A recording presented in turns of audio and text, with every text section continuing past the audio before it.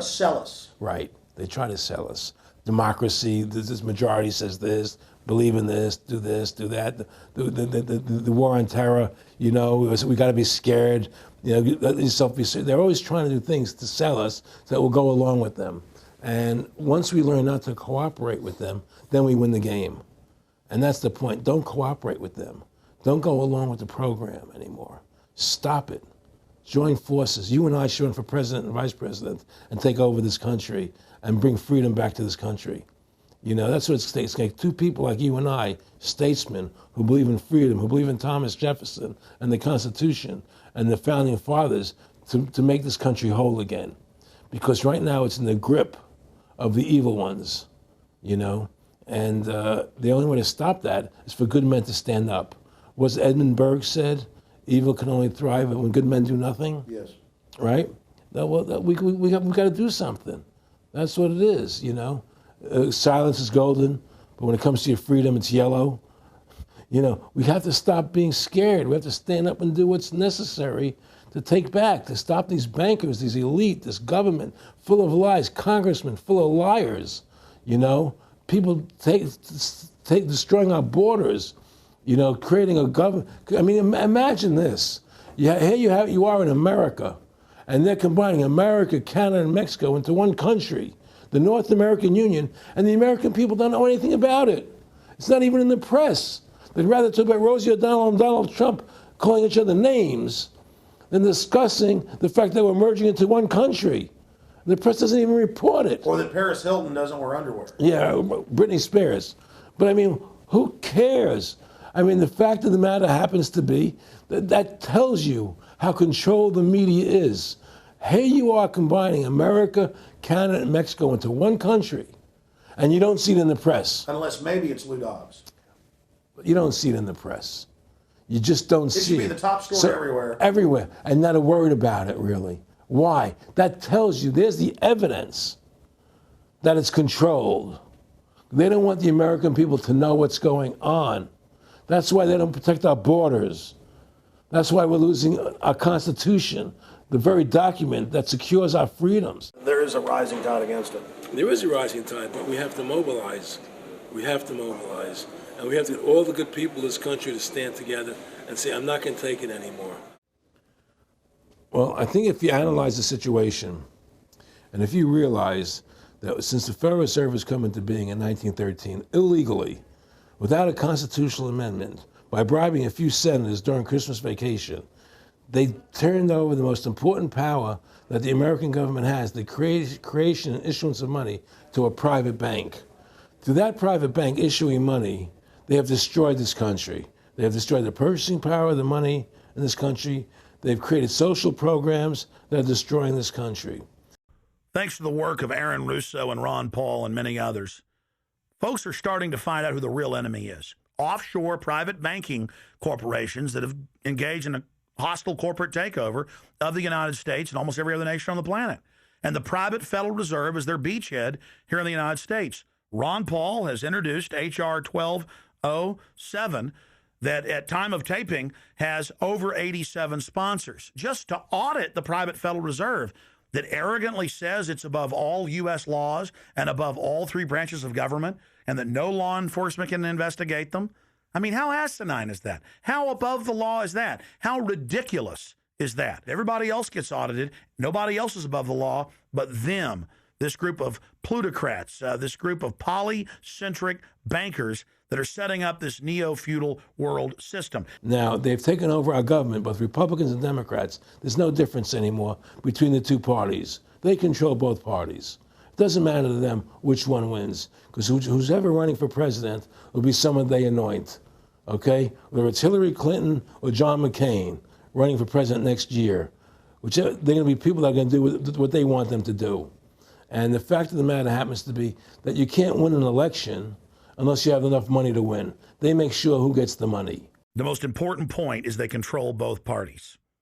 And the public continues to only focus in on the distraction of the left puppet and the right puppet instead of looking at the puppet masters. In fact, more and more of this is coming out. Top Senate Democrats Bankers own the U.S. Congress. Senator Dick Durbin on Chicago radio station last week blurted out an obvious truth about Congress. This is from Salon, that despite being blindly obvious, it is rarely spoken. And, quote, the banks, hard to believe in a time when we're facing a banking crisis, that many of the banks created are still the most powerful lobby on Capitol Hill. And frankly, they own the place. So there is one of the most powerful Democrats in the country, top Senate Democrat, saying bankers own the U.S. Congress. It's true. Let's admit it. Let's stop debating the two puppets they put out in front of us, the liberal puppet, the conservative puppet. And then every time we wake up to one of the puppets, they just replace it with another puppet. Let's look past the puppets to the puppet master above them that's controlling the puppets. That's all Aaron Russo and myself and Ron Paul and so many other people are saying. Let's get back to a culture of liberty versus tyranny, not this left-right diversion. You know, when folks are sick of Obama in 4 to 8 years, they're going to put a Republican in, and they'll put out different rhetoric, but carry out the same operation. Because as the top Senate Democrats said, the bankers own the place, even though they engineered the crisis. And make no mistake, they did engineer it by design. Their own documents, their own IMF and World Bank documents admit that. And out of this crisis, they're setting up the new Bank of the World, according to Time Magazine and Newsweek and the Wall Street Journal and just hundreds of publications with headlines like, and now for world government in the Financial Times of London. They create the crisis and then say, okay, our Ponzi scheme's falling apart and bankrupting you. Give us $12.8 trillion in the first 6 months of the banker bailout. And now they say, we'll set up a Bank of the World you pay your carbon taxes to, and private bankers will rule your life, and we'll pay private greenhouse gas carbon taxes to two firms owned by Al Gore, and this is publicly admitted. I mean, this is how bad the scamming is getting. And we've got to wake up. We've got to say no. We've got to get angry and get in the face of the New World Order. Again, the private offshore bankers own America. They own both parties, but they get you in a rah-rah, Coke versus Pepsi, Redskins versus Cowboys, fight. And you get in this little political fight as followers instead of looking past that to the actual global elite and what they're setting up. So through these bankers attempting to taking over America, knowing that America was the freest nation in the world, it was necessary for them to take over America, take away our gun rights of freedom to bear arms, and create a country where we become slaves. Because once they take over America, the rest of the world becomes a lot easier for them. And so by creating 9/11, an event to terrify the American people that were being attacked by terrorists, you create a world where there's an enemy that can never be pinpointed. You can never win the battle. It's a 100-year war. It's a never-ending war on terrorism, right? So you're always fighting this war. And through the war on terrorism, which is the 9/11, which is the first lie, then you create the war on terrorism, which is the next lie. Then you create the war in Iraq for weapons of mass destruction, which is the next lie.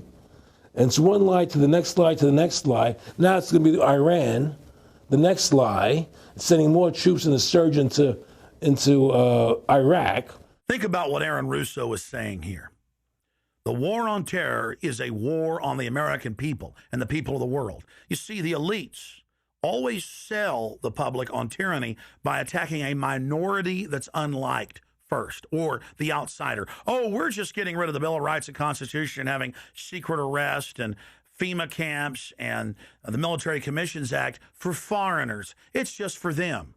And now the federal government has been caught saying that gun owners, conservatives, people buying ammunition, they've been caught saying that returning veterans are the #1 threat to Homeland Security. And in a way, that's true. People that know about the Bill of Rights and Constitution and know that our country is being taken over and hijacked by foreign banks, I guess they are the threat to the criminals that have done this. That's all the New World Order is a private corporate takeover of the nation states, of the governments of the world.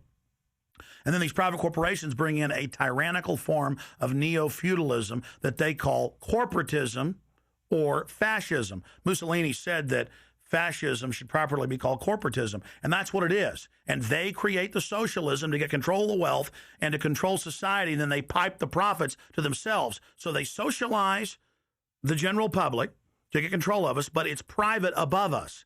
It's basically just slavery. Now,